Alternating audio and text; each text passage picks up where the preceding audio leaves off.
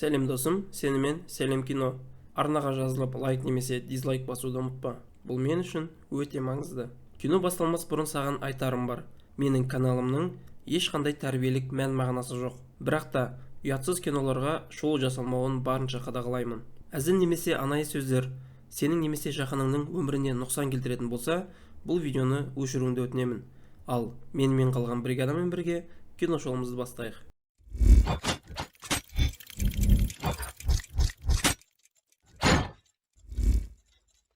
Стелла достарымен бірге әңгіме айтып отырады. Олар демалысқа бара жатыр. Бірақ қауіпті ауруына байланысты Стелла больницада жататындықтан онда бара алмайды. Таңертең дәрігерлер келіп, қыздан анализ алып, дәрілерін беріп кетеді. Дәрілерін қабылдап болғасын, Стелла палатадан шығады. Дәлізде келе жатып, ол өзі секілді фиброз ауруымен ауыратын жігітті байқап қалады. Ол өзінің достарымен әңгімелесіп отыр екен. Стелла ары қарай жүріп, өзі секілді ауыратын кішкене бүлдіршіндердің қасына келеді. Осы уақытта дәлізде көріп қалған Уилл деген жігіт осында келеді. Ол Стелламен танысып, сөйлеспекші болады. Бірақ Стелла оны жақтыра қоймайды. Осы кезде бөлмеге дәрігер келіп, алшақ тұруларын айтады. Себебі фиброз ауруымен ауыратын адамдар бір-біріне 1,5 метрден артық жақындаса, бактериялар алмасуы жүреді. Осының кесірінен екеуі де өліп кетуі мүмкін. Стелла YouTube блогер. Ол өзінің өмірі жайлы, ауруы және қандай ем қабылдау керектігін айтады. Уилл YouTube'тан оның видеоларын қарап қатты қызығады, тіпті таңға дейін барлық видеоларын қарап шығады. Келесі күні қызға оған осы аурумен кішкентай кезінен бірге ауыратын палаталас досы хабарласады. Ол жігіттің ориентациясы басқа, яғни нафиг айтпаймын, короче. Ары қарай Уиллге дәрігер келіп эксперименталды емдеу берілетінін айтады және басқа аурулармен жолықпауын өтінеді. Не надо приближаться к ним ради их безопасности. Уиллдің емделгісі келмейді, себебі бұл аурудың соңы өлімге әкелері анық екенін біледі. Кешкісін Кришаға шығып, мұңды қалпымен ойланып отырады. Оны Стелла байқап қалып, қасына келеді. Ол Уиллға есіңді жи, жұрттарға берілмес шанс саған беріліп жатыр. Эксперименталды емді қалап жүргендер қаншама. Егер емделгің келмесе, бұл жерден кет те орныңды басқаға бер дейді. Уилл орнынан тұрып секірмек қалпымен тұрады. Стелла қатты шошып кетеді. Бірақ та ол жай ғана прикол ұстаған еді. Стелла ренжіп, бұл жерден кетіп қалады. Бірақ та Стелла бұған көз жұмып қарай алмайды. Ол Уиллдің палатасына келіп, Уиллдің мүлде дәрі қабылдап жүрмегенін қарап, ол оған көмектескісі келеді.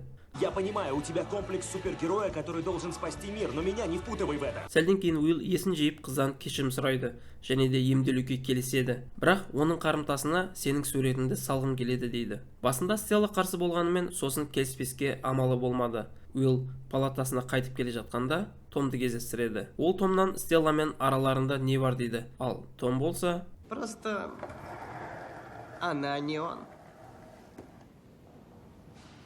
дәрігер Уиллдің бөлмесіне дәрілерін әкеледі. Дәрілерді Стелла жіктеп қойып, қай кезде қабылдауы үшін приложение жасап береді. Ертесіне дәрі қабылдау уақытында Стелла Уиллге хабарласады. Уилл қалай қабылдауды білмеймін дейді. Сондықтан олар бірге сөйлесіп, дәрілерді қабылдап отыратын болып шешеді. Екеуінде де жайлап сезім пайда бола бастайды. Келесі күні Стеллаға анасы келіп қолдау көрсетеді. Кейінірек Уилл екеуі спортзалға келіп жаттығады. Уилл дәрілерін уақытылы ішіп жүргенін айтып, енді сені суретке салайын дейді. Қыз оған қарсы болмады. Осыған дейін Уилл өмірден күдер үзгенімен, кішкене болсын оның үміті пайда болды, себебі ол ғашық еді.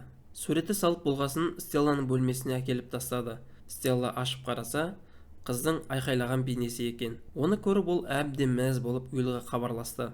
Біраз әңгіме айтып отқанда, Уилл тақтадағы ерекше суретті байқап, кім салғанын сұрады. Суретті салған Стелланың әпкесі еді, бірақ ол суға секіргенде жайсыз түсіп қайтыс болған екен. Кішкентай кезінен барлығы Стелланың өліміне дайын болып келгенде, әпкесі қайтыс болып, оның отбасын талқан етіп, әкесі мен анасы ажырас кетіпті. Міне, сондықтан Стелла анасы үшін өмір сүруге міндетті екенін айтады. Ал Уилл болса, қызға ақыл айтамын деп оны ренжітіп қояды.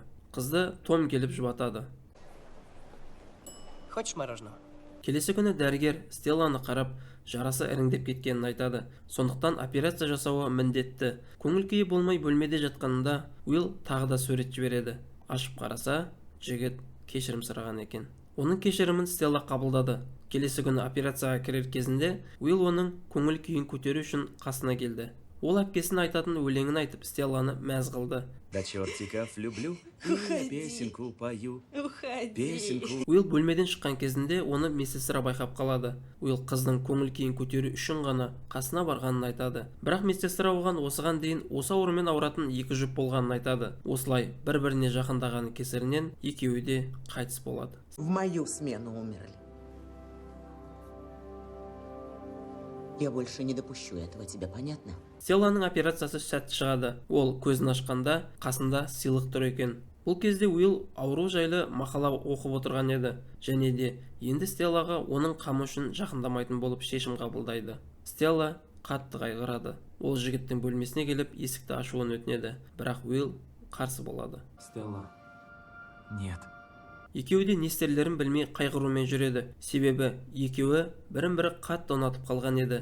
Уақыт өте Стелланың ойына бір ой келеді. Ол жігітке хат жіберіп, үнемі 1,5 метр қашықта жүрейік, және видео арқылы үнемі антисептик, перчатка киіп жүрсек, ештеңе болмайтын жеткізеді. Осы уақытта Стелла есікті қағады. Ашып қараса, бильярд таяқшасымен тұр екен. Осылай кездесуге қалай қарайсың деп ұсыныс білдіреді. Уилл бірден келісіп кетеді. Кешкісін екеуі жолығып, алғашқы кездесулерін өткізеді. Олар бассейнге келіп, өмірлер жайлы әңгімелер айтумен болады. Стелла әпкесі жайлы толық айтып береді. Негізінде, әпкесі екеуі демалысқа бірге барулар керек еді, бірақ оның ауруы кесірінен онда бара алмаған. Сол демалыс уақытында әпкесі қайтыс болды. Стелла мен оның қасында болғанда құтқарар едім деп жылайды, ал оны Уилл жұбатады. Сәлден соң екеуі бір-біріне аянышты көздермен қарап тұрады, себебі олар сөзсіз ғашық болса да жақындауға мүлде болмайтын еді. Келесі күні Уиллдің туған күні. Ол достарына хабарласқанымен олар келе алмайтындығын айтады. Ал Стелла болса жігітке тосын сый жасамақ болады. Уилл Стелланы тауып келгенде олар үлкен дастархан жайып қойған екен. Тіпті келмеймін деген достары да осында.